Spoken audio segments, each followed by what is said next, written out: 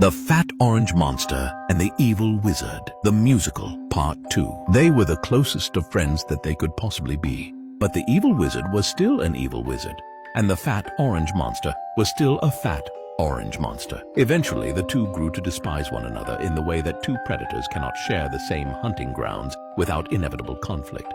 And so the two eventually found something to fight over, a pretty mansion on a hill that both wanted badly. And when the Fat Orange Monster, envious of the wizard, took the mansion, the wizard cut ties and banished the monster from his tower. Through a bunch of nonsense, the Fat Orange Monster became king. But what neither of them knew was that old King Barak had been tracking the wizard, and he was soon arrested by the kingdom's knights. Well, they finally caught the wizard, locked the doors and barred the hall. But if they think I'm falling so low, oh, they do not know me at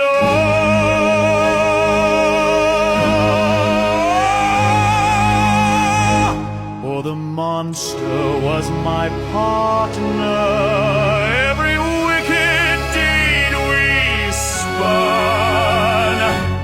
And if I'm doomed to meet my downfall, then he's the very next to fall.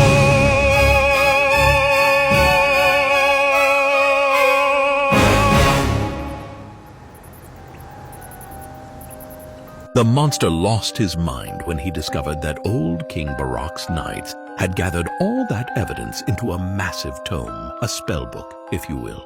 Much of the book was about the monster himself, and the monster was suddenly afraid. The monster spent many sleepless nights wondering how he could silence the wizard before he ruined everything. And then he realized that he was king, and he owned the dungeon, and he could tell the knights to simply look away. The wizard died when no one was watching, and the monster let out a sigh of relief. Once he was my only friend. He helped to banish the gloom. But now he's quiet, cold, and distant, food for worms beneath a bloody moon. And I can't stop my wicked cackling as the darkness twists and turns. For his end became my beginning, and my power, how it burns! But that, dear children, is not the end of the story. Not by a long shot. The Fat Orange Monster and the Evil Wizard, the musical, Part the 3rd. For a time, it seemed that the monster was free and clear, that nothing would happen to him, and he could go on being king. But there was one problem. The wizard's apprentice knew everything and was in a far-off dungeon he could not reach. So the monster sent his swamp creature to negotiate with her to keep her damn mouth shut. Just don't talk, I'll give you whatever you want, just don't talk.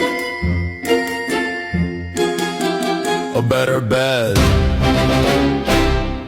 and nicer sheets, just don't talk, I'll give you whatever you want, just don't talk.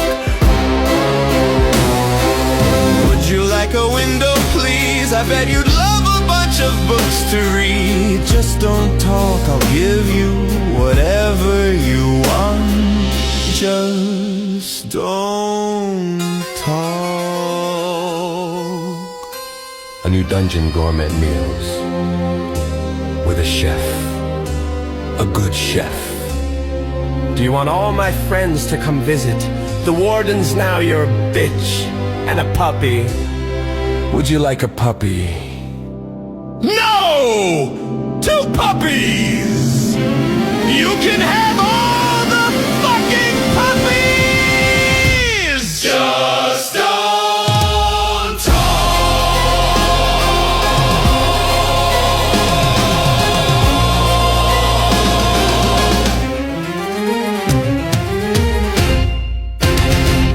And talk she did not, but all the gifts she was given did, and the people grew angry and suspicious, and the monster grew worried.